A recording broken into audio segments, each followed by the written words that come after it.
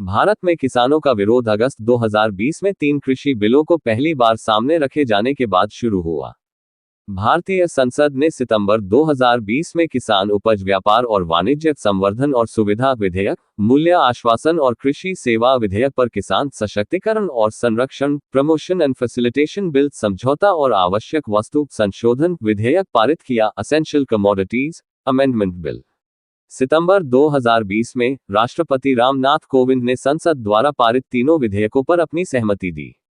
इसके बाद किसानों ने इस बिल के विरोध में राष्ट्रीय राजधानी दिल्ली के सिंघू और टिकरी बॉर्डर पर आंदोलन शुरू किया और तीनों कृषि कानूनों को रद्द करने की मांग की। Farmers protest in Delhi. किसानों ने आशंका व्यक्त की कि कृषि क्षेत्र के नए कानून से उनकी निर्भरता कॉर्पोरेट सेक्टर पर बढ़ जाएगी और ये न्यूनतम समर्थन मूल्य एमएसपी को खत्म कर देंगे। समय के साथ बढ़ती इस विरोध ने विश्व स्तर पर भी लोगों का ध्यान आकर्षित किया।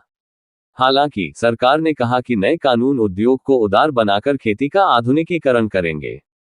किसानों ने आशंका व्यक्त की कि कृषि क्षेत्र के नए कानून से उनकी निर्भरता कॉर्पोरेट सेक्टर पर बढ़ जाएगी और ये न्यूनतम समर्थन मूल्य एमएसपी को खत्म कर देंगे।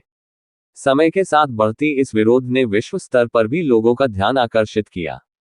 हालांकि सरकार ने कहा कि नए कानून उद्योग को उदार बनाकर खेती का आधुनिकीकरण करेंगे।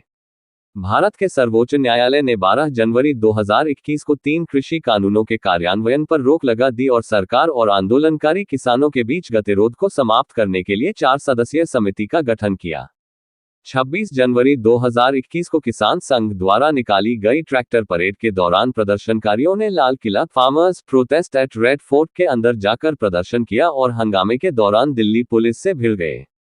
पंजाब, छत्तीसगढ़, दिल्ली, राजस्थान, केरल और पश्चिम बंगाल की राज्य सरकारें पहले ही तीनों केंद्रीय कृषि कानूनों के खिलाफ एक प्रस्ताव पारित कर चुकी हैं। 19 नवंबर 2021 को प्रधानमंत्री नरेंद्र मोदी ने कृषि कानून को वापस लेने का ऐलान किया। PM Modi announced withdrawal of farm bills.